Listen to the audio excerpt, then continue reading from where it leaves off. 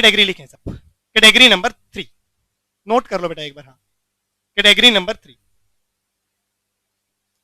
हमारा चैप्टर चल रहा है सैलरी, हमारा लेक्चर चल रहा है सैलरी के अंदर 3। पहले दोनों लेक्चर अगर आप कहीं से भी एक्सेस कर लोगे तो वो दिक्कत आएगी नहीं। उससे पहले मैंने क्या पढ़ाया है वो बिल्कुल ही अलग चीजें थी। सैलरी के अंदर हमने देखा फर्स्ट पार्ट कि हमें एक बेसिक सैलरी के अलावा पर मंथ कुछ चीजें मिलती हैं, पर मंथ कुछ चीजें मिलती हैं मॉनेटरी फॉर्म में, जिसको हमने नाम क्या दिया है, अलावेंस। अलावेंस को हमने 5 कैटेगरी में डिवाइड किया है। पहली दोनों मैंने अभी रिवाइज करवाने की ट्राई की। तीसरी है सर, लिखे हाउस रेंट अलावेंस। HRA नाम जनरली कई बार सुना होता है, हरा बोले तो HRA। कि अब मैंने कहा यार सर को, सर देखो आप मेरे को सैलरी दे रहे हो वो तो ठीक है, लेकिन मेरा किराए का है, तो अगर कुछ हेल्प हो जाए, आधा पर आधा किराया अगर आप दे दो तो it will be beneficial to me. ठीक बात। चलो सर ने कहा भी ठीक है जी, आपको 10,000 रुपये पर मंथ हम क्या दे देंगे, HRA दे देंगे कि आप इससे आप अपने घर का रेंट पे कर सको। That is called house rent allowance. अब एम्प्लॉयर ने दे दिया, ठीक है ना, अब वो मेरी मर्जी है, मैं घर कहाँ पर लेता हूँ, कितना किराया देता हूँ, भाई मैं रेंट पे भी करता हूँ या नहीं पे करता। That is called HRA। थोड़ी सी नोटिंग करनी है, 10 मिनट फिर समझना क्या मैं काम करूंगा। लिखिए list of the 3, list of the 3 will be exempted. List मतलब कम, लिस्ट मतलब सबसे कम, इन तीनों में से, इन तीनों में से जो सबसे कम होगा विल बी एग्जम्प्टेड। सरकार उतना क्या कर देगी मेरे लिए, माफ कर देगी। अभी जो मैंने टेबल बनाई थी ये वाली, ये वाला काम आपने क्यों किया, आज ये जो आउटर कॉलम में आ रहा है ना, this is my total salary, ये मुझे टोटल करना है एग्जाम में, उसको बताने ले भाई मैंने मिस्टर राम की सैलरी क्या कर दी, कंप्यूट कर दी। अब मान लो इसी मेरे एग्जाम्पल में मुझे मिलता है HRA 10,000 रुपये महीना, 10,000 रुपये महीना, तो कितना मिल गया होगा सर, 1,20,000। इसमें से सरकार क्या कहती है, हम कुछ तो क्या कर देंगे, एग्जम्प्ट, कुछ क्या कर देंगे, एग्जम्प्ट, वो तो हो जाएगा माइनस, और बाकी जो अमाउंट बचेगा वो क्या चला जाएगा सर, आपके आंसर वाले कॉलम में चला जाएगा। That is your taxable part. तो अब हमें यही समझना है, ये उतना ही वास्ट टॉपिक है कि आज जाते वक्त तक केवल यही होगा बस, मतलब exactly 1 hour it will take. तो what is exempted amount from house rent allowance, वो मुझे ढूंढने की ट्राई करनी है। और उसके लिए गवर्नमेंट ने अपना रूल सजेस्ट किया कि हम 3 लिमिट्स लिखते हैं, उन तीनों लिमिट में जो सबसे मिनिमम होगा लिस्ट, वो हम आपके लिए क्या कर देंगे, एग्जम्प्ट कर देंगे। पहली लिमिट है सर वहां से actual HRA receipt, actual HRA receipt. चलो ये तो मैक्सिमम ही है भाई, जितना मिला है उससे ज्यादा तो क्या ही एग्जम्प्ट करूंगा। तो पहली लिमिट तो मैंने क्या उठा ली कि जो आपको मिला है वही बात करो। चलो सेकंड,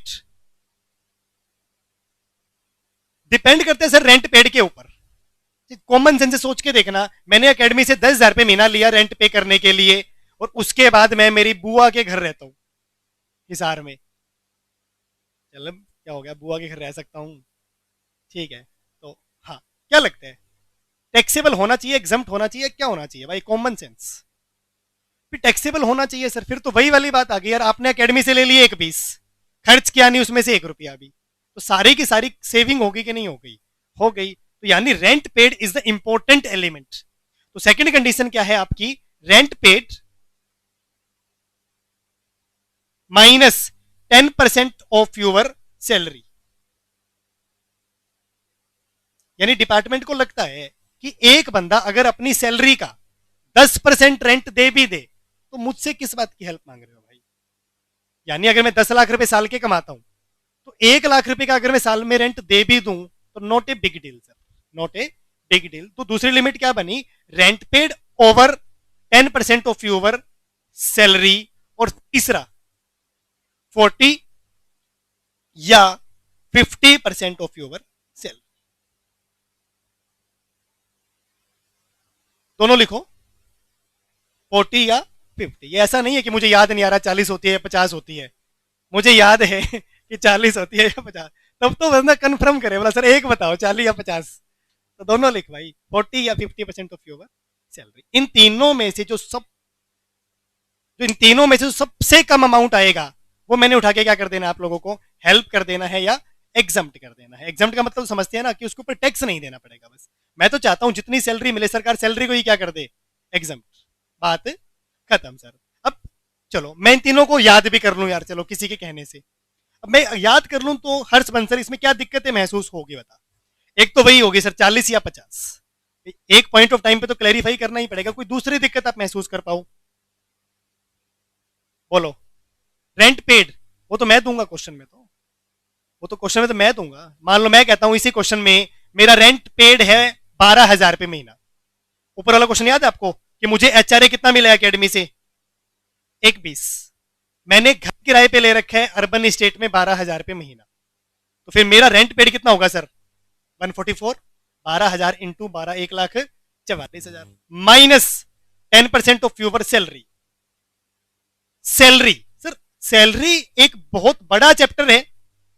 सैलरी इंक्लूड्स, मैंने कल लिखवाने की ट्राई की थी, basic salary, bonus, fees, commission, DA या डीपी में से कोई एक चीज, प्लस और बहुत सारे अलावेंस, प्लस बहुत सारी प्रिक्यूजिट्स, प्लस रिटायरमेंट बेनिफिट, वो सब चीज मिलके क्या होती है, सैलरी। इस चैप्टर में I am working for salary, तो इस चैप्टर में जहां पर भी ऐसा सैलरी वर्ड आएगा, इस चैप्टर में जहां पर भी ऐसा सैलरी वर्ड आएगा वहां पर इसको खुद क्लैरिफाई करना पड़ेगा, what is the meaning of the salary. Note number 1 डालो, note number 1, salary for the purpose, यानी बचना बस। जितनी जगह सैलरी आएगा हर बार सैलरी का मतलब अलग भी हो सकता है, सेम भी हो सकता है, लेकिन मतलब तो होगा। सैलरी फॉर द पर्पस यहां पर क्या है, सैलरी फॉर द पर्पस यहां पर है बेसिक सैलरी, आपकी बेसिक सैलरी प्लस डियरनेस पे। एक बार लिख लो, नहीं समझ आया तो भी लिख लो,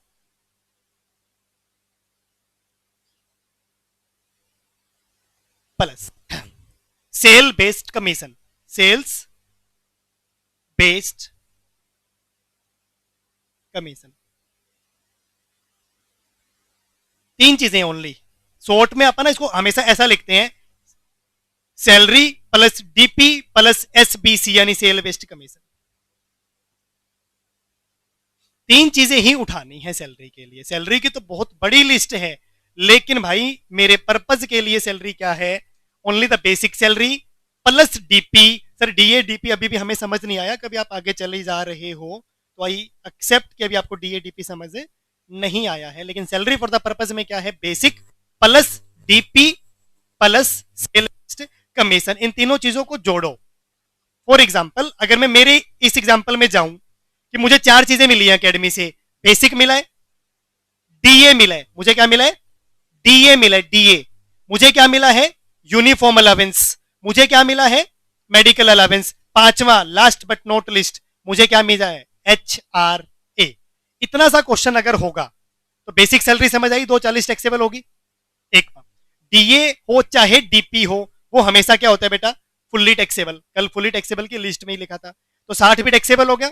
कल के लेक्चर में आपने देखा कि ये जो 6 चीजें हैं, मिली 24 है, खर्च 20 हो गई, तो टैक्स कितने पे दूंगा, केवल 4 पे। तीनों मैसेज क्लियर है, पहला दूसरा तीसरा।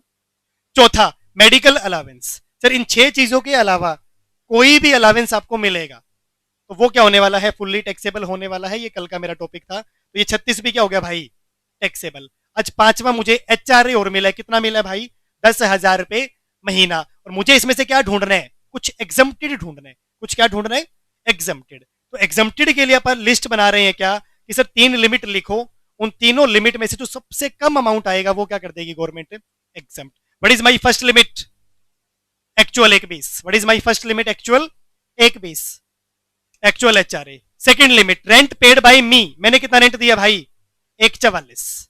गवर्नमेंट क्या कहती है, बोल तेरी सैलरी कितनी है। मैंने कहा जी मेरी सैलरी के तो बहुत सारे मतलब है। कहता हमारे लिए तेरी सैलरी के मतलब है 3।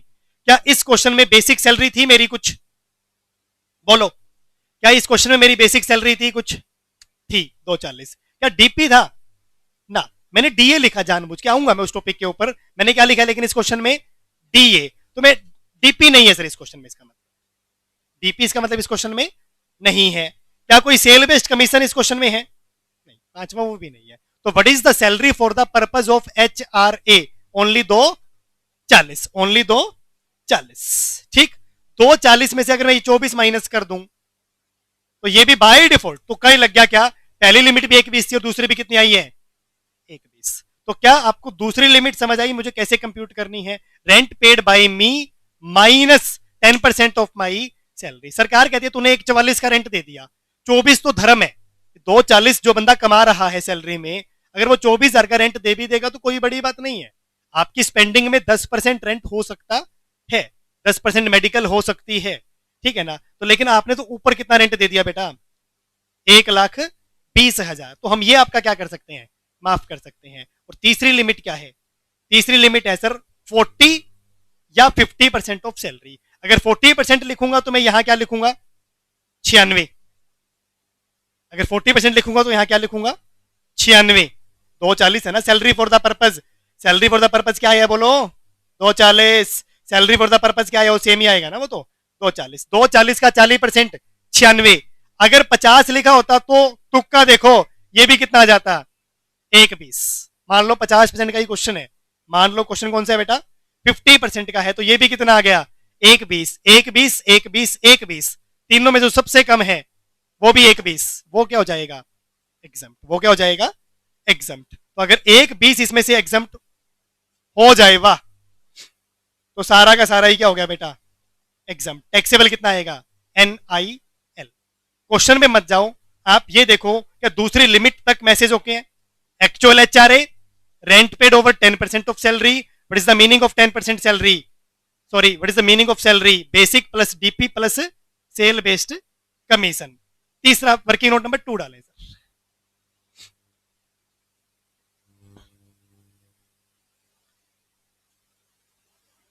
फिफ्टी परसेंट वाली लिमिट रहेगी सर मेट्रो सिटीज। किसी ने रूरल बोला था, उसने सही दिमाग लगाया था कि शायद गांवों में 10-40% और शहरों में 50% हो। तो शहर का मतलब मेट्रो सिटीज, मेट्रो सिटी हम अपने यहां के लिए 4 कवर करेंगे, दैट इज दिल्ली, मुंबई, चेन्नई, कोलकाता।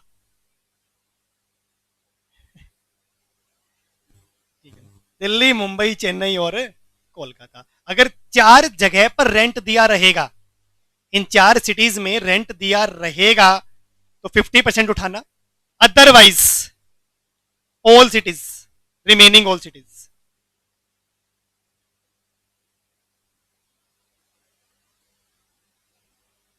में 40%। अब अपना क्वेश्चन जैसे हिसार का है फॉर एग्जांपल, तो फिर हिसार के हिसाब से एक बार लिख लो 50% इन 4 metro cities Delhi, Mumbai, Chennai, Kolkata. Question की पहली लाइन में यह लिखा रहेगा कि कहां का क्वेश्चन है, 40% इन रिमेनिंग ऑल सिटी। अब मेरा क्वेश्चन अगर ऊपर हिसार वाला चल रहा है तो my answer will get changed, my answer will get changed. Sir ये जो तीसरी लिमिट में आपने 120 लिखा है, it will like 96,000। 40% of my salary 96,000, और तीनों में से जो सबसे कम आएगा 120, 120 और 96, बोले तो कितना 96,000 इज द लिस्ट। और इफ 96,000 इज द लिस्ट तो सर फिर ऊपर जो आपने 120 माइनस किया है वो भी कितना माइनस होगा, वो भी माइनस होगा कितना 96, और टैक्सेबल वाली लिस्ट में चला जाएगा कितना 24। 120 तो मिला ही है, 96 गवर्नमेंट उसमें क्या कर रही है एग्जम्प्ट कर रही है, तो भैया आउटर कॉलम में कितना चला गया 24। मान लो अगर मुझे ये 5 ही पॉइंट मिले हैं तो माई ग्रोस सैलरी भी, माई ग्रोस सैलरी विल बी 240 और 60 3,04,000, 3,64,000 बेटा, 3,64,000। पांचों चीजों को टोटल करने के बाद जो आंसर आया एंड आंसर दैट इज 3,00,000 या 3,64,000, 3,64,000। क्लियर और नॉट क्लियर? क्लियर, बस ऐसे अभी मुझे इंडिकेटर मिल रहा है कि क्लियर। ठीक है, अभी आप क्वेश्चंस और करेंगे सर, जब तक आज अच्छे से मुझे HRA नहीं आ जाएगा जब तक मैं HRA पे हूं। तीसरे पॉइंट पे आओ सर, क्लियर है ना? 40 या 50 कब लेने अलग से भाई, 40-50, ठीक। नोट नंबर 3 पे आ जाओ। आप सीक्वेंस में डालेंगे, मैं थोड़ा सा ऐसे कहीं पर भी लिख देता हूं। Third, if rent paid is nil,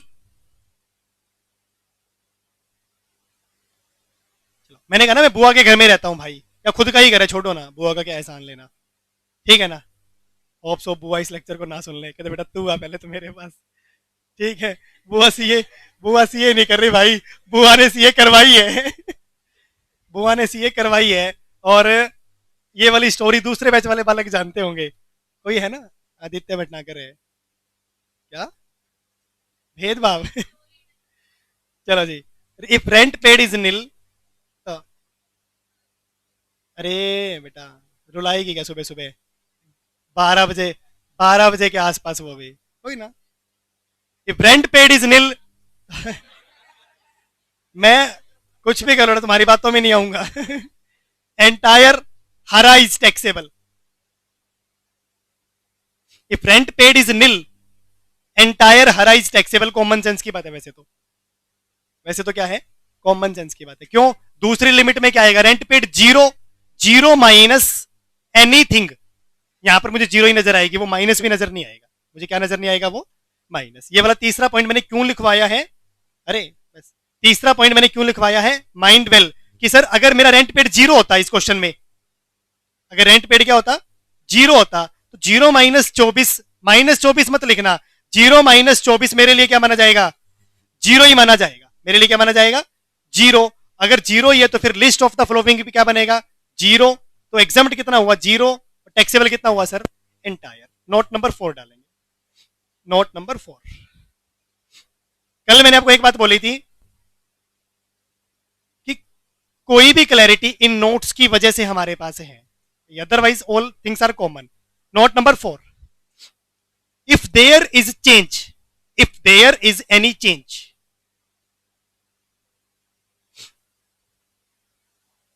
if there is any change in one or more relevant factor, one or more relevant factors,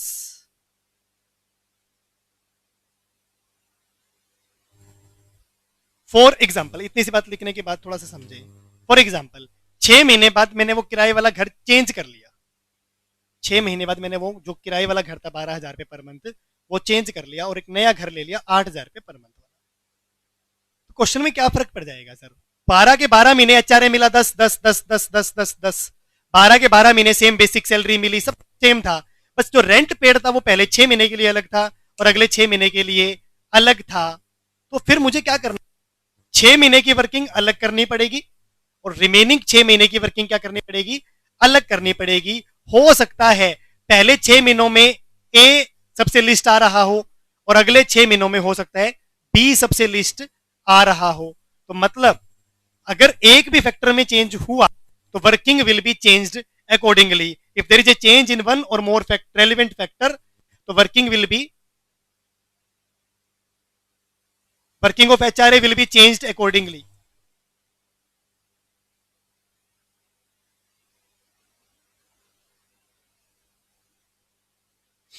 working will be changed accordingly.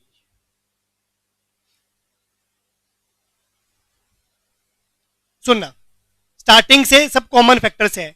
4 महीने बाद यहां पर मेरा रेंट पेड चेंज हो गया, मेरा रेंट पेड क्या हो गया, चेंज। 8 महीने बाद यहां से मेरा एचआरए चेंज हो गया, हरा चेंज।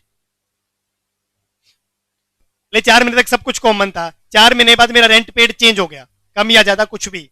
उसके 4 महीने बाद एम्प्लॉयर ने मेरा एचआरए पर मंथ बढ़ा दिया या घटा दिया, एज द केस में भी। तो अब ये क्वेश्चन अपने को 3 बार में करना पड़ेगा। पहले 4 महीनों का एक्चुअल, पहले 4 महीनों का रेंट पेड माइनस 4 महीनों की सैलरी का 10%, 4 महीनों की सैलरी का 50 या 40%। अगले 4 महीनों का अलग से करना पड़ेगा, अगले 4 महीनों का क्या करना पड़ेगा, अलग से करना पड़ेगा। एक क्वेश्चन आपा करेंगे, आपको ये वाला पॉइंट वहां से समझ है क्या, one of the relevant factor, salary is relevant factor, yes. DP is relevant factor, yes. Sale based commission relevant factor, yes. HRA, yes. Rent paid, yes. City, yes. नहीं सब कुछ क्यों है, मेरा ट्रेवलिंग अलाउंस बढ़ गया घट गया, सब कुछ तो नहीं है, जो एचआरए के रिगार्डिंग जो जो यूज हुआ है वो सब रेलिवेंट है। अब मेरा मेडिकल अलाउंस बढ़ गया या घट गया, उसको एचआरए को घंटा फर्क नहीं पड़ता उस बात का कि वो क्यों बढ़ा या वो क्यों घटा। बोलो क्लियर और नोट क्लियर? करेंगे क्वेश्चन, मैं नहीं करूंगा तो तुम करोगे बेटा, ठीक? जिसने एचआरए का वो क्वेश्चन कर दिया मतलब उसको एक अमरता का वरदान मिल जाता है बेटा, कि वो जिंदगी में कुछ भी हो जाए एचआरए का क्वेश्चन वो गलत नहीं करेगा। उसके ऊपर अपने पास स्कीम भी रहती है, 10 रुपए की एंट्री फीस, ठीक करो 50 रुपए का इनाम पाओ। बोलो भाई, पिछली बार कौन बोला ये बात है? किसने सही करा था? कर लिया बेटा। बोलो भाई, 10 रुपए का इनाम, नहीं 10 रुपए की एंट्री फीस, 50 रुपए का इनाम, खुल्लम खुल्ला जुआ सट्टा प्रमोट कर रहे हैं। भारत की सरकार तो इसे बंद कर रही है, ठीक है, ऑनलाइन गेमिंग एक्ट लाके, और हम इसे क्या कर रहे हैं बेटा? प्रमोट। हर्ष बंसल कह रहे सर मेरे 10 लिखो। क्या क्या बेटा? मर्यादित मर्यादित क्लास में मेरे मुंह से कुछ निकल जाएगा, तेरा कुछ जाएगा नहीं, मेरा कुछ रहेगा नहीं उसके बाद। चलो, if there is any change in one or the more of the relevant factor, तो working will be changed accordingly. Point number 5, point number 5 questions करा दो। हाँ क्वेश्चन ही करेंगे, बस लास्ट है, कितने लाएंगे ऐसे पॉइंट्स, ठीक है ना? लो पॉइंट नंबर 5 बाद में लिखेंगे, छोड़ो, पॉइंट नंबर 5 बाद में लिखेंगे। ये बड़ा आप कितना ही बना सकते हैं, पॉइंट है ही नहीं कुछ। अच्छा वो पेज खत्म हो गया, बस फिर तो आप रुक गए। 2 क्वेश्चंस करते हैं पहले, बोलो। बताया नहीं अगर? हाँ मैं पॉइंट नंबर 5 वही लिखवा रहा था। If nothing is given about place, तो एजम्पशंस चलती है। इस चैप्टर में बाय डिफॉल्ट में क्या एज्यूम करूंगा यार, एक तरफ इंडिया के 4 शहर है और बाकी इतना बड़ा देश है, और मुझे मानना पड़े तो मैं यार ज्यादा बेटर यही रहेगा कि भाई 40% वाला केस। तो पॉइंट नंबर 5 लास्ट है, एक बार के लिए लिख दो। अज्यूम नॉन मेट्रो सिटी, इतना सा लिखने से भी आप समझ जाओगे आपने ये क्यों लिखा है, ठीक है? अगर सिटी के बारे में if there is no other information तो अज्यूम कर लेना बेटा कि सिटी कौन सी है हमारी, नॉन मेट्रो है। नॉन मेट्रो का मतलब 40%, और मेट्रो का मतलब मुझे यही लेने हैं 4। कभी मैं जनरली गूगल सर्च करूं what are the metro cities in India, और वो अहमदाबाद भी लिख दे वहां पर, ठीक है ना? तो वो लिख सकता है अहमदाबाद, हम नहीं लिखेंगे, हम 4 ही लिखेंगे, दिल्ली, मुंबई, चेन्नई और कोलकाता। अच्छा एक प्रैक्टिकल क्वेश्चन से इनको सेव देते हैं। अब कल वाले टॉपिक पे आता हूं मैं थोड़ा सा, डीए और डीपी का फंडामेंटल्स क्या है, डीए और डीपी का फंडामेंटल्स क्या है, इस क्वेश्चन से कनेक्ट करना। आपको या मुझे एक अमाउंट मिल रहा है इस क्वेश्चन में, कितना? 5000 पर मंथ। अमाउंट मैंने कल भी कहा था एक ही मिलेगा, नाम इसका डीए रख लो, नाम इसका डीपी रख लो, लेकिन पैसे कितने मिलेंगे आपको? केवल 5000 रुपये महीना ही, ठीक? अब मुद्दा क्या है, कहीं कहीं पर जैसे आज अपने एचआरए देखा, एचआरए में यूज हुआ, डीए यूज नहीं हुआ, क्या यूज हुआ? डीपी यूज हुआ। तो अपने जब salary for the purpose count किया तो मैंने कितना लिया? केवल और केवल 240। कितना लिया? केवल और केवल 240। इसको नहीं लिया, क्यों नहीं लिया? बिकॉज मैंने इसको डीए माना है। मैंने इसको क्या माना है? डीए माना है। अब कल जो क्वेश्चन लिखा था ना कि डीए डीपी कब बन जाता है, उसका एक मतलब यही है कि मैं डीए को डीपी कब मान लूं, मैं डीए को डीपी कब मान लूं। क्वेश्चन वो था जो आपने कल लिखा था ना, डीए डीपी कब बन जाता है, यानी क्वेश्चन ये है मैं अपने डीए को डीपी कब मान लूं। और उसका पहला केस क्या है, आप अपने डीए को डीपी कब मान सकते हैं? जब बंदे ने ये कहा हो कि ये डीपी है। इस क्वेश्चन में अगर मैंने क्वेश्चन ऐसा चलाया होता कि मेरी बेसिक सैलरी है 20,000 रुपए महीना और मेरा डीपी यानी डियरनेस पे कितना है? 5,000 रुपए महीना, तो अब बोलो ये डी है या डीपी है? अब ये क्या है भाई? डीपी है। कल आपने एक यही लाइन लिखी थी ना पहले वाली, डीए डीपी कब बन जाता है, चेक करना पहली लाइन क्या लिखी थी, then given in the name of DP. जब अगला ही कह रहा है ये डीपी है, अच्छा अब मेरे इस क्वेश्चन में क्या फर्क पड़ जाएगा बताओ? अब मेरे इस क्वेश्चन में फर्क पड़ जाएगा, ये 240 एचडीज आएगा, आएगा कि नहीं आएगा? आएगा। ये 60,000 रुपए एचडीज आएगा, बिल्कुल आएगा। ये 4 एचडीज आएगा और ये 36 एचडीज आएगा। लेकिन एच आर ए बोलो मिला कितना है आपको? 120। मिला कितना है? 120। एग्जम्प्ट कितना होगा? आप यहां आ जाओ, बोलो जी एक्चुअली पेड कितना है? Actually HRA received 120। Rent paid आपने कितना लिया था? 144 माइनस 10% ऑफ योर सैलरी। और इस बार आपका जो सैलरी है ना भाई वो बदल जाएगा। इस बार आपकी सैलरी है बेसिक कितनी 240 प्लस डीपी कितना है 60। सेल वेस्ट कमीशन कितना है 0। और right now salary for the purpose कितना हो गया आपका 3। अब समझ आया कल का छोटा सा पॉइंट कि अगर वो डीए बोलेगा तो डीए है और वो डीपी बोलेगा तो डीपी है। अगर वो डीपी बोलेगा तो डीपी है। वो डीपी बोलेगा तो मैं यहां लूंगा, अगर वो डीए बोलेगा तो मैं यहां नहीं लूंगा। एक ही तो होता ना, अदरवाइज मुझे क्या फर्क पड़ता है अगर दोनों ही टैक्सेबल है डीएपी और डीपी भी। बोला जी क्यों तंग हो रहे हो, डीए है डीपी है दोनों ही क्या है टैक्सेबल। दोनों टैक्सेबल तो है लेकिन बाद में भी उसका क्या जाएगा इफेक्ट जाएगा। इसीलिए मुझे पता होना चाहिए कि गिवन चीज डीए थी या डीपी थी। अब क्या फर्क पड़ जाएगा सर, अगर ये 3 लाख हो जाएगा तो 3 लाख का 10% कितना हो जाएगा 30। 3 लाख का 10% कितना हो जाएगा 30। ये कितना आ जाएगा 114। और 3 लाख का 40% वापिस से कितना हो जाएगा फिर 120। विच एवरेज सबसे कम 1,14,000। 1,14,000। और यहां पर जो मैंने अपना क्वेश्चन किया था ये माइनस में मैं कितना करता बेटा फिर 1,14,000 और टैक्सेबल कितना हो जाता 6,000 और ये आंसर कितना आ जाता 3,70,000 कैसे आ जाता यार। 18 कम किए हैं 24 की जगह कितना किया है 6। 18 कम किए हैं तो 3,94 में 18 कम करूंगा तो कितना आ जाएगा 3,46। अब देखो बेसिक फंडामेंटल ओके है कि नहीं है। अब 2 क्वेश्चन अगर आपने कर लिए तो आपको लगेगा सर एचआरए तो आता है। फिर मैं अपने उसी तीसरे क्वेश्चन पे आ जाऊंगा जिसकी मैं अभी बात कर रहा। चलो ट्राई करना, ट्राई कि तुम लोग करो इस क्वेश्चन को। आधी क्लास ठीक करेगी, मेरे को ऐसी वाइब्स आ रही है। ये लो जी क्वेश्चन। मैं राम, मेरी बेसिक सैलरी है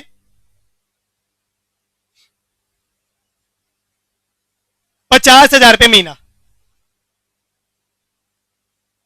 मेरा डीए है 10,000 रुपये महीना। मेरा डीए है कितना 10,000 रुपये महीना। 2 चीजें मुझे मिल रही है। एक पॉइंट और याद आ गया। तीसरा केस है सर, मैंने कहा इस क्वेश्चन में लास्ट बट नॉट लिस्ट कि मुझे डीए मिला है कितना 5,000 रुपये महीना। बोलो सैलरी फॉर द पर्पज में लोगे कि नहीं लोगे, नहीं लोगे। कल आपने दूसरा केस और लिखा था, मैं डीए को डीपी कब मान लेता हूं when it enter into the retirement benefit. मैंने लिखा डीए मेरा कितना है 5,000 रुपये महीना, 100% enter into the retirement benefit.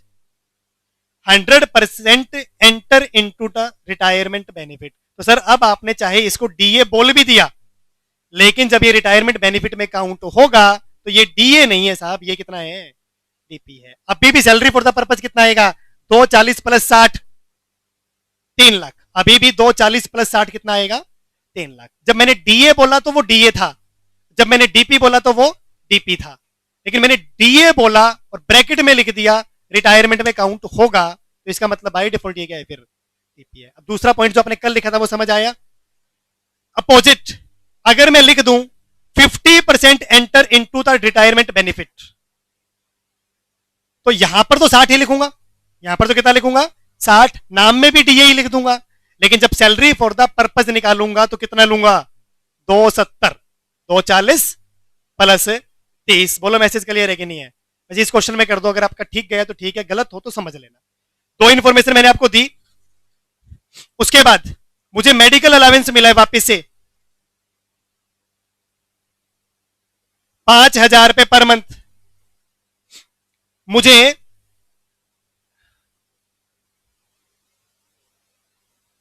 Helper allowance मिला है 6,000 रुपए पर मंथ एक्चुअल स्पेंट। इसके रिगार्डिंग दे रहा हूं बेटा एक्चुअल स्पेंट 4,000 रुपए महीना। एक्चुअल स्पेंट कितना 4,000 रुपए महीना। मुझे कमीशन मिलता है, मुझे कमीशन मिलता है बेटा 5% ऑफ सेल। जितनी भी सेल, मैं सेल्स एग्जीक्यूटिव हूं कंपनी का, मैं जितनी भी सेल्स करवाऊंगा मुझे 5% क्या मिल जाएगा कमीशन। सेल बाय मी, सेल बाय मी 10 लाख। सेल बाय मी कितना 10 lakh per annum, 10 lakh per annum. Last information रह गई सर, मुझे इसके अलावा क्या मिलता है? HRA भी मिलता है 12,000 रुपये महीना, rent paid in Delhi, rent paid in Delhi 15,000 रुपये महीना। है हिम्मत तो ग्रोस सैलरी बता दो बेटा, है हिम्मत तो ग्रोस सैलरी, ग्रोस मतलब सैलरी सैलरी सैलरी सैलरी का total.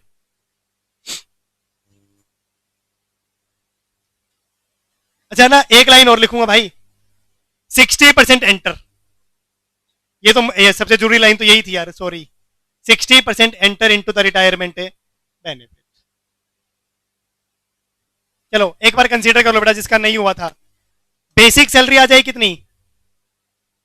Basic salary 6 lakh, taxable होती है, कोई दिक्कत नहीं है। दूसरा, डीए मिला है 10,000 रुपये महीना, 10,000 रुपये महीने का मतलब क्या हो जाएगा? 1/20। वो एक अलग बात है कि इस 1/20 में से 60%, 72,000 will be considered as a DP. बात की बात है, अभी तो मैं टैक्सेबल लिस्ट बना रहा हूं। क्या 6 लाख में और 1/20 में कोई डाउट आ सकता था? इसमें डाउट तो नहीं आना चाहिए यार। इसका मतलब मेडिकल अलावेंस, कल के लेक्चर में आपको पता चल जाए कि ये फुल्ली टैक्सेबल होता है। यूज में कई बार दूंगा, कई बार मैं नहीं दूंगा, मैंने नहीं दिया तो मेडिकल अलावेंस क्या होता है सर? फुल्ली टैक्सेबल 5,000 महीने का मतलब क्या? 60। हेल्पर अब आपको शायद समझ आ गया होगा। प्रेजेंट थोड़ा मैं अच्छे से नहीं कर रहा हूं, अदरवाइज मुझे ऐसा ही करना चाहिए। मिला कितना है? 12 इंटू 6 72। एग्जाम्प्ट कितना है? 12 इंटू 4 48। इन शॉर्ट अगर मुझे आंसर ही लिखना है तो फिर मैं क्या लिख दूं? 24। अगर मुझे आंसर ही लिखना है तो कितना लिख दूं? 24। सेल बेस्ड कमीशन, मेरे एम्प्लॉयर ने कहा था बेटा माल बेच 5% तेरा, तो मैंने बेच दिया साल में 10 लाख का माल। 10 लाख का 5%, 50। 10 लाख का 5% कितना? 50। क्या बोलो? अदर देन HRA कोई डाउट है? अदर देन HRA कोई डाउट है? नहीं। क्या डाउट हो सकता है sir other than HRA? HRA पे आ जाओ सर। HRA का मतलब इतना सा है कि आपको कितना, यहां पे नीचे लिख लेते हैं, चलो जी। HRA मिला कितना है? कितना मिला था बोलो? 12,000 रुपये महीना, 1,44,000। इसमें से कुछ क्या होना है? एग्जम्प्ट। एग्जम्प्ट की लिमिट क्या है? 3। पहली एक्चुअल, दूसरी रेंट ओवर 10% ऑफ सैलरी, और तीसरी दिल्ली का क्वेश्चन है तो 50% ऑफ सैलरी। क्लियर और not clear? Salary for the purpose basic, DP, sale based commission. Basic इस क्वेश्चन में कितनी थी? 6 लाख। डीपी इस क्वेश्चन में कितना था? 72,000। बोलो हाँ या ना? डीए 1/20 मिला था, लेकिन बेटा डीपी तो कितना था? 72। सेल बेस्ड कमीशन कितना है? 50। टोटल कितना हो गया? 27। तो what is the salary for the purpose of HRA? 27। वैसे सैलरी कौन सी दो कंडीशन? हाँ, सेकंड हमेशा ही छोटी आएगी ना बेटा, तू जो कहे मैं उसको ही छोटा ला सकता हूं। कुछ भी छोटा आ सकता है। तो मौके की बात है वो। मेरे दोनों क्वेश्चन ऐसे बनने होंगे कि हाँ भाई, क्या क्या छोटा करने? हाँ, से विच कंडीशन छोटी करनी है? फर्स्ट कंडीशन छोटी करनी है आपको, ठीक है। एक्चुअल 1,000 रुपये महीना मिलते हैं मुझे, इसी क्वेश्चन में आ जा। एक्चुअल रेंट इज 1,000 रुपये पर मंथ, एक्चुअल HRA, तो ये कितना आएगा बोल? 12। कुछ भी हो, ये तो कोई बात ही नहीं है, हो सकता है। अरे आ जाएगा, कोई चिंता ना कर। कुछ भी छोटा हो सकता है भाई। अरे एक्चुअल कितना मिला था इस क्वेश्चन में बेटा?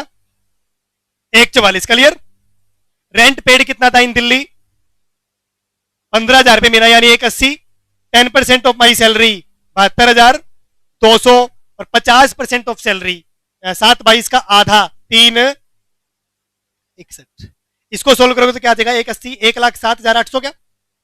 विच एवरेज सबसे कम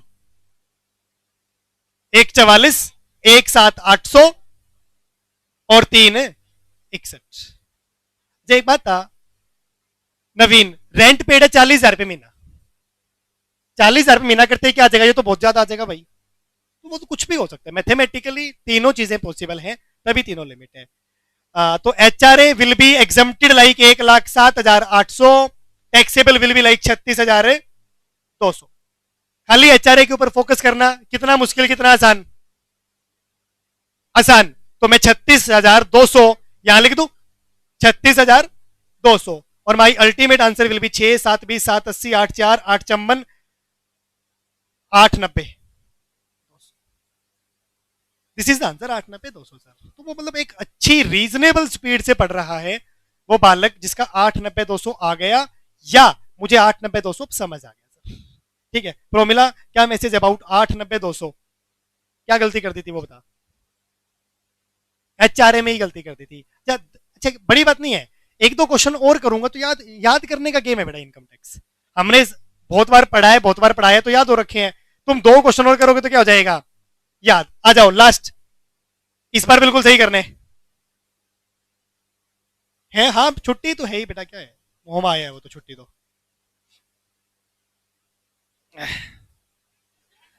ठीक है ना। ये लो जी, बेसिक सैलरी 40,000 रुपये महीना। अच्छा चलो एक बात और बताओ, डीएडीपी वाला फंडामेंटल समझ आ गया जो कल आपको लग रहा है जाते वक्त बिल्कुल भी समझ नहीं आया, आ गया ना। या तो वो डीपी के नाम से देगा, या तो वो डीए के नाम से देगा लेकिन एंटर करवा लेगा, और तीसरा तो अभी रहस्य ही है सर, वो आएगा कभी देख लेंगे। बेसिक सैलरी 40, डीए 10, ब्रैकेट में 70 लिख दूं, शायद अब शॉर्ट फॉर्म समझना स्टार्ट कर दोगे आप। 70 का मतलब entry into the retirement benefit.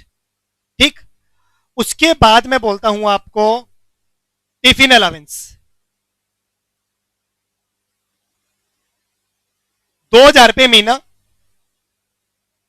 Actual spending actual spending 4,000 रुपये महीना, एक्चुअल स्पेंडिंग 4,000 रुपये महीना। Academic allowance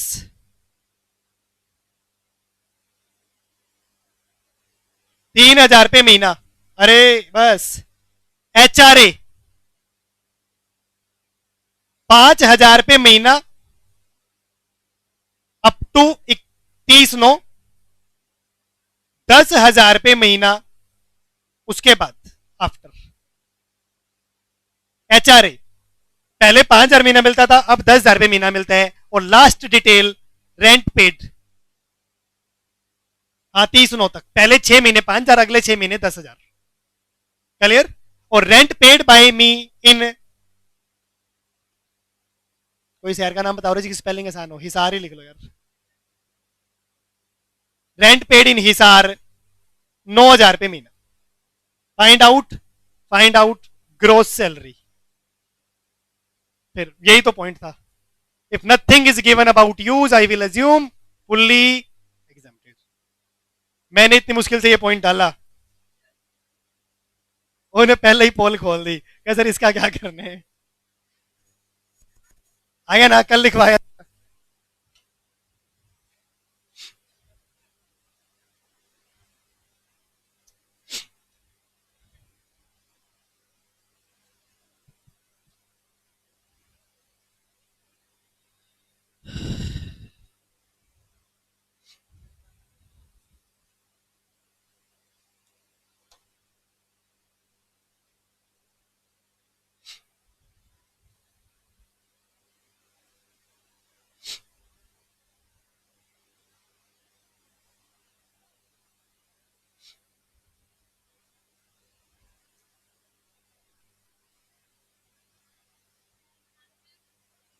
check it, 2 minute में करवा दूंगा। बेसिक सैलरी, अरे अंकित एंड कंपनी, बेसिक सैलरी 480। ए भाई वार्तालाप मोड से बाहर आएंगे बेटा लास्ट 15 मिनट में। डी आ जाएगा कितना, 120, जिसमें से 84,000 काउंट हो जाएगा कहां पर, सैलरी फॉर द पर्पज में। टिफिन अलावेंस 2,000 रुपये पर मंथ, भाई यूज कर ना कर इट इज फुल्ली टैक्सेबल, यानी 24, ज्यादा यूज कर या ना कर। एकेडमिक अलावेंस नील, क्योंकि यूज के बारे में कुछ नहीं बोलोगे तो आई विल अज्यूम कि मैंने खर्च कर दिया होगा। एचआरए मिला कितना, एचआरए देखो प्रेजेंट कैसे करूंगा मैं, यहां लिख रहा हूं। एचआरए मिला कितना है 90, हाँ या ना, माइनस इसमें से कुछ क्या है, एग्जम्प्ट। और एग्जम्प्ट के लिए आप क्या करना, देखो मैं क्या कर रहा हूं, पहले 6 महीने, अगले 6 महीने। एक आपने वर्किंग नोट डाला था, if one of the relevant factor is changed working will be changed accordingly. तो पहले 6 महीने की बात करते हैं। पहले 6 महीने में एक्चुअल क्या है बोलो, 30। अगले 6 महीनों में एक्चुअल क्या है, कोई डाउट इस बात में? पहले 6 महीनों में एक्चुअल 30 है, अगले 6 महीनों में एक्चुअल कितना है, 60। रेंट पेड वो 9,000 रुपए है, तो वो पहले 6 महीनों में भी कितना होगा, 54, और अगले 6 महीनों में भी कितना होगा, 54। और तो कोई लंबी चौड़ी बात नहीं है, 54 और 54। सैलरी फॉर द पर्पज निकाल लो, चाहे पूरे साल का निकाल लो। पूरे साल की सैलरी फॉर द पर्पज क्या आएगी, 480 प्लस 84, 564। कोई डाउट इस बात में हो? Salary for the entire year 480, DP for the entire year 84, यानी 564। सेल बेस्ड कमीशन नहीं है, 564। तो 6 महीने का कितना हो जाएगा, 564 का आधा 282 और 282। क्वेश्चन कहा गया है हिसार का, 282 का 40%, 1,12,800। वो तो मैंने ये कर दिया पहले, वो तो मैंने पहले क्या कर दिया, ये कर दिया, ये मेरा स्टाइल है बेटा। वो तो गलती से गया, पहले क्या करना था, 10% करना था। 282 का 10%, 28,200। माइनस करने का कितना आया बोलो, 25,800 और 25,800। क्लियर है कि नहीं है बोलो? हाँ, लक्ष्य का पॉइंट बिल्कुल ठीक है। अगर आप इसको इकट्ठा करते तो भी आंसर 51,600 आता, लेकिन जरूरी नहीं ना हर बार, जरूरी नहीं हर बार। अगर मैं रेंट पेड इस क्वेश्चन में 9 की जगह 11 कर देता ना, 11, तो ये दोनों आंसर अलग, अभी तो यही आया मिनिमम, इसमें भी यही आया मिनिमम। मैं अगर रेंट पेड को 11 कर दूं तो दोनों बार मिनिमम ये नहीं आएगा बेटा, एक बार में मिनिमम ये आ जाएगा। क्योंकि 11 करते ही ये जो 25,800 आया है, ये 37,800 आएगा। ये कितना आएगा, 6 महीनों में 12,000 का फर्क पड़ जाएगा, 37,800। फिर मिनिमम क्या आएगा, 30, और 37,800 यहां लिखेगा तो मिनिमम क्या आएगा, 37,800। यानी आप इस क्वेश्चन एक साथ नहीं कर सकते। इस क्वेश्चन में कर देता तो शायद सेम आ जाता, शायद नहीं पक्का सेम आ जाता, लेकिन मुझे पेपर में बैठ के पता नहीं चलने वाला है। और अगर सुनो, अगर मैं फैक्टर चेंज करवा रहा हूं ना, पक्का आंसर चांसेस है क्या आएगा, अलग अलग ही आएगा। चेक इट, 25,800 और 25,800 कितना एग्जाम्प्ट हो गया, 51,600। टैक्सेबल कितना रह गया, 38,400। और 38,400 के बाद अगर टोटल किया 6, 24, 6, 62, 400। बोलो जी हाँ या ना? किस किस का ठीक था, 6, 62, 400? आधी क्लास थी लगभग, लगभग आधी क्लास। आधी क्लास ने कोई क्लैरिकल मिस्टेक की होगी। संजना का पहला लेक्चर है भाई, कितनी प्रोग्रेस है, 10-20% है, इतनी चाहिए थी, ज्यादा नहीं चाहिए बेटा। उतनी इंटेलिजेंट तू भी नहीं है, उतना इंटेलिजेंट मैं भी नहीं हूं कि तेरे को सारा समझ आ जाए। करे लास्ट क्वेश्चन बेटा, आ जाओ भाई, लास्ट, लास्ट फॉर टुडे।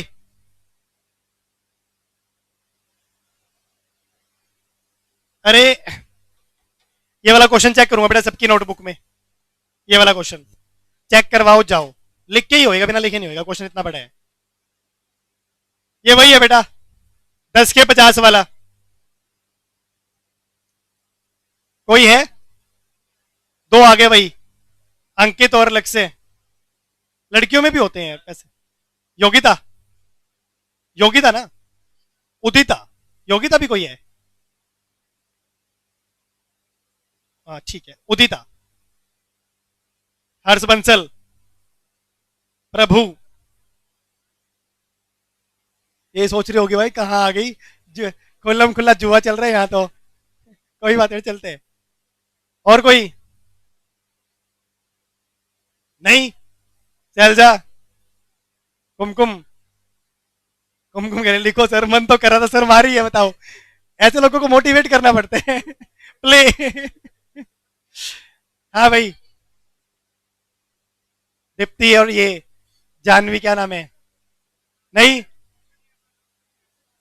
चलो ये 6 एंट्री है भाई। 60 तो हो गए, कह रहा आपके 60 तो हो गए, विड्रॉ कर ले भाई अभी। चलो जी, क्वेश्चन, क्वेश्चन ध्यान से सुन लेना बेटा, बाद में ये नहीं कहूंगा सर हैंड राइटिंग समझ नहीं आई थी आपकी। ठीक है, 10 रुपए लेके मानूंगा फिर। क्लियर। एक्स बंदे का नाम है बेटा, बेसिक सैलरी है 10,000 रुपये महीना, सबने करना है बेटा। बेसिक सैलरी कितनी है? 10,000 रुपये per month. He is also entitled to DA, that is 100% of basic salary, that is 100% of basic salary, 50% of which is included in the salary, 50% is included in the salary as per employment. देखो इसने word क्या use किया, 50% included as salary as per employment. ये एक ही मतलब है कि retirement benefit. मैंने आपको जानबूझ के पूरा वर्ड लिखा। कई बार बोलेगा ना 50% enter into the retirement benefit, कई बार क्या बोलेगा, मेरा डीपी कितना है, सॉरी डीए कितना है, 100% of basic, 50% is included in the salary as per the employment, यानी जो बात तक चलेगी भाई। तो इसका मतलब एक ही मतलब है, 50% enter into the retirement benefit. उसके बाद कंपनी गिव्स हिम HRA 6,000 रुपए per month, which was increase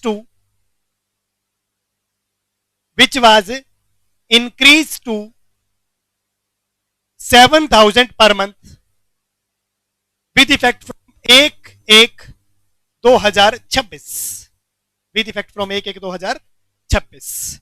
उसके बाद he also got increment, he also got increment 1,000 रुपए per month in basic salary,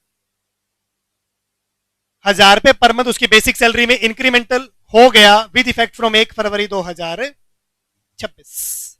1 फरवरी 2026 से 1,000 रुपए, यार ऐसे क्यों हंस रहे, इतना बस दो ही और कुछ नहीं है, खत्म। उसके बाद 1,000 रुपए पर मंथ इंक्रीमेंट जब होता है ना बेटा, वो एक बार होगा, कोई भी सैलरी आपकी ऐसी नहीं बढ़ती है हर महीने ही 1,000 बढ़ जाए, फिर तो एक दिन मैं एम्प्लॉयर से ऊपर हो जाऊंगा बेटा, ठीक है ना, फिर वो मेरे से सैलरी मांगेंगे, तो नहीं होगा ऐसा। रेंट पेड, क्या क्या क्या क्या, रेंट पेड की जानकारी सुन लो बेटा। अप्रैल से लेके मई 2 महीने 2025 वाले नील, क्योंकि मैं पेरेंट्स के साथ रहता था, नील क्योंकि मैं पेरेंट्स के साथ रहता था। जून से लेके अक्टूबर 2025 6,000 रुपए। बेटा इसने तो गाजियाबाद लिखा है, मैं हिसार लिख देता हूं, उसकी स्पेलिंग अपने को आएगी नहीं, क्योंकि गाजियाबाद हिसार बात तो एक ही अपने लिए। 6,000 रुपए पर मंथ था जून से अक्टूबर। नवंबर से लेके मार्च, नवंबर से लेके मार्च 2026 8,000 रुपए पर मंथ दिल्ली। थोड़ा अगर कुछ ना बस हो गया क्वेश्चन खत्म, फाइंड आउट ग्रोस सैलरी।